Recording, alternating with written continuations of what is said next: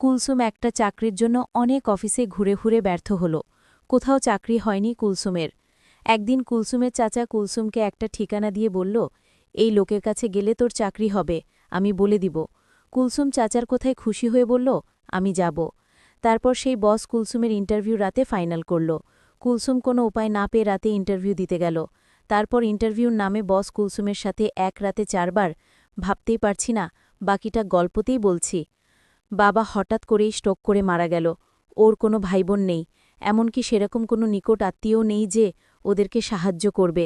তার উপর তার মা অসুস্থ, তাই হঠাৎ করেই কুলসুমের ওপর তার সংসারের পুরো দায়িত্ব এসে পড়ল। সেবেমাত্র এসএসসি পাশ করেছে, সে জানে না তার এই যোগ্যতা দিয়ে কোনো চাকরি পাবে কিনা। সারাদিন বিভিন্ন অফিসে অফিসে ঘুরে ব্যর্থ হয়ে অবশেষে ক্লান্ত হয়ে সে তার বাসায় ফিরে আসে।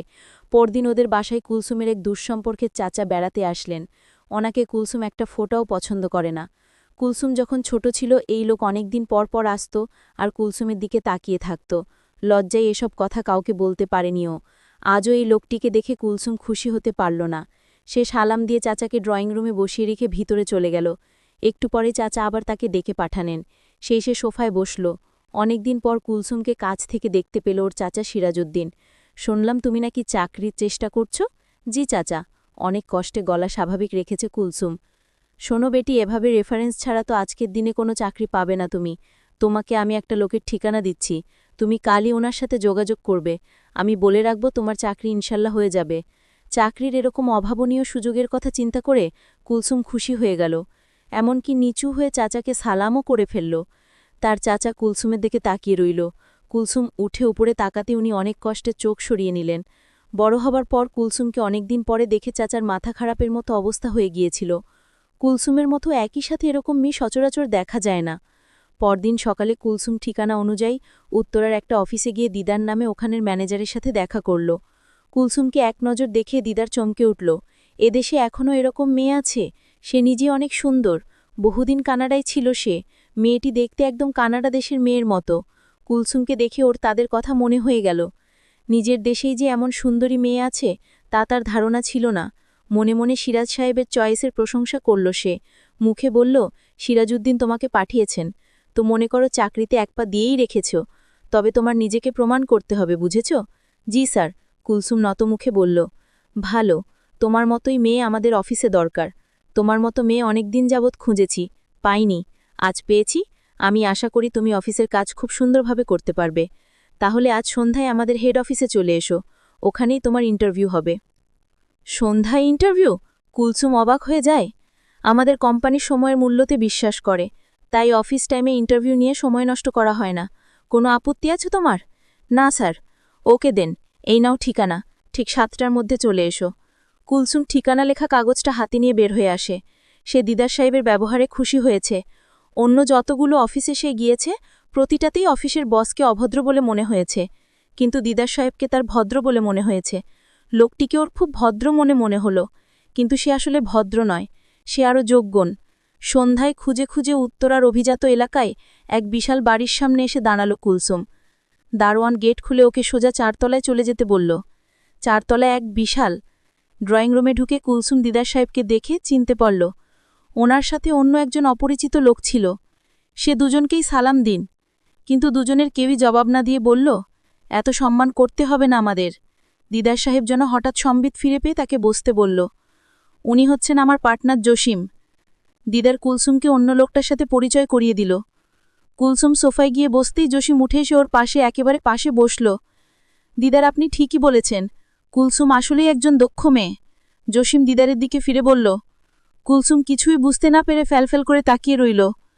জসিম আবার কুলসুমের দিকে ফিরে তাকাল। জসিম তার বাজে আচরণ করার চেষ্টা করল। এসব দেখে কুলসুম চট করে উঠে দাঁড়াল। কি করছেন আপনারা এসব? এই বুঝে আপনাদের ইন্টারভিউ? দিদার হা হা করে হেসে উঠল। জসিম হাসতে হাসতে বলল, আমাদের ইন্টারভিউ যদি তুমি পাশ করতে পারো তাহলে চাকরিটা তোমার কনফার্ম হয়ে যাবে। দিদার হাসি থামিয়ে কুলসুমের দিকে ফিরল। দেখো কুলসুম, এই যুগটাই হচ্ছে স্বার্থপরতার যুগ। তোমার চাকুরি দরকার, আর সেই অনুযায়ী শিক্ষাগত যোগ্যতা বা অভিজ্ঞতা কোনোটাই তোমার নেই। কিন্তু তোমার কাছে একটা কিছু চাওয়ার আছে। যদি তুমি আমাদের চাওয়া পূরণ করতে পারো তাহলে তোমার চাকরি নিশ্চিত হয়ে যাবে। এরপর থেকে তোমাকে আর কোনোদিন আমরা তোমার কাছে কিছু চাইব না। আমাদের এমন একটি ব্রাঞ্চে তোমার পোস্টিং হবে যেখানে আমাদের সাথে তোমার দেখাই হবে না। ভেবে দেখো, মাসে 20,000 টাকা বেতন। আমি ভেবেছিলাম কুলসুম মনে মনে খুশি হয়ে উঠবে। হাসালে দেখছি। কুলসুম বলল, দেখুন, আমি কিছু দিতে পারবো না। যদি আমার যোগ্যতা অনুযায়ী আপনারা আমাকে চাকরিটা দেন তাহলে আমার খুব উপকার হবে। অফিসার বস বলল, এটা কি মামার বাড়ির আবদার যে চাইলেই চাকরি হয়ে যাবে? তুমি যদি আমাদের কথায় রাজি থাকো তাহলে চাকরি তোমার হয়ে যাবে। এমন কথা শুনে কুলসুম খুব কষ্ট পেল। তার ইচ্ছে হচ্ছিল লোকটার গালে ঠাস করে একটা চড় বসিয়ে দেয়া, কিন্তু সেই সময় তার অসুস্থ মায়ের মুখখানি ওর চোখের সামনে ভেসে উঠল, আর তাই অসহায় হয়ে চাকরিতার জন্য তাদের কথায় রাজি হল। এই তো ভালো মেয়ে, রাতে তোমার ইন্টারভিউ শেষ হওয়ার সাথে সাথেই তোমার অ্যাপয়েন্টমেন্ট লেটার পেয়ে যাবে। এখন যেতে পারো। সন্ধ্যায় বাসা থেকে বের হওয়ার সময় ও মাকে বলে গেল যে তার নতুন চাকরি ট্রেনিংয়ের জন্য আজ সারা রাত অফিসে থাকতে হবে।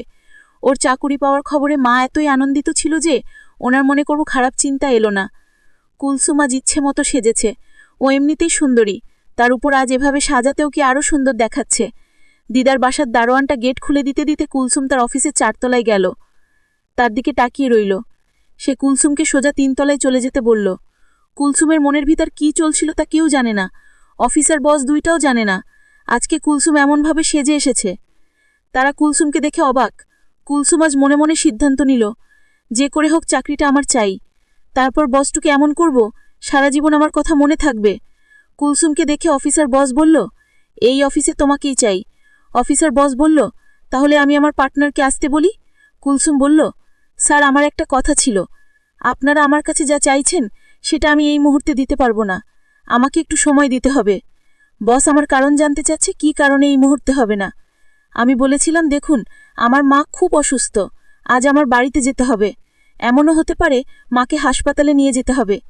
বস বলল, ঠিক আছে, তুমি আজ রাত এখানে থাকো, আমি তোমার মাকে হাসপাতালে নিয়ে যাওয়ার ব্যবস্থা করছি। আমি বসকে বললাম, আপনার ব্যবস্থা করতে হবে না, আমি বাড়িতে মায়ের অবস্থা বুঝে তারপর মাকে হাসপাতালে নিয়ে যাব। বস বলল, ঠিক আছে, আমি তোমাকে আজকের দিনটা সুযোগ দিলাম, কাল রাতে তোমার আসতে হবে। যদি কাল না আসো তাহলে তোমার চাকরিটা মিস হয়ে যাবে। ঠিক আছে স্যার, কাল রাতে আমি আসবা। আমি বাড়িতে গিয়ে দেখলাম মা খুব অসুস্থ। আমি মাকে নিয়ে দ্রুত হাসপাতালে গেলাম।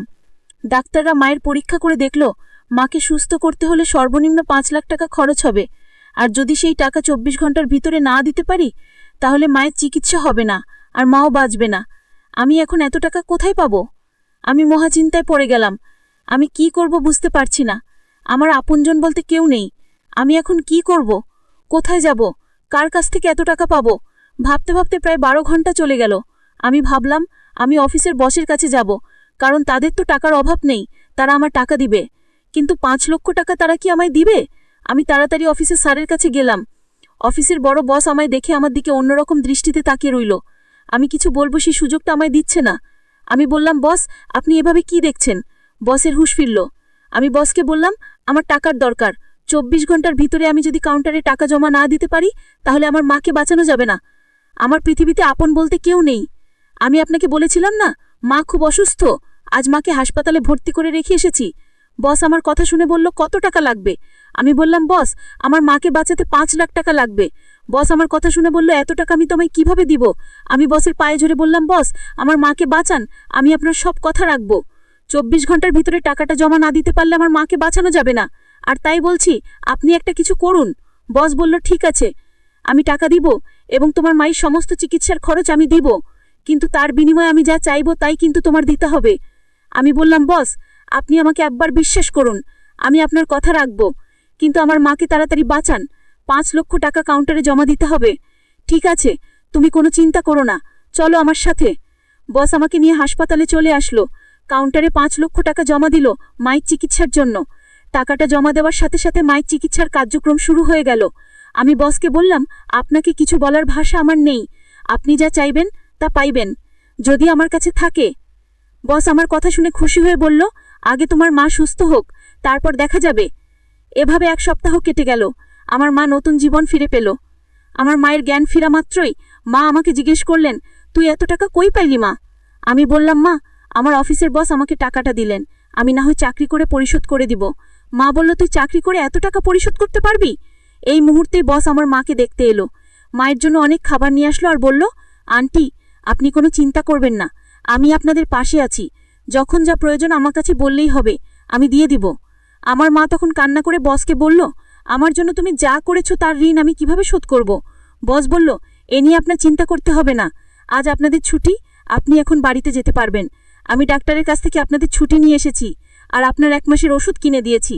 আমি মনে মনে চিন্তা করতে লাগলাম, আমার অবস্থা কি হবে? বস যে কিসের লোভে পড়ে এত যত্ন করছে মাকে, তা তো আমি জানি, আমার তো খবর হয়ে যাবে। বস আমায় বলল,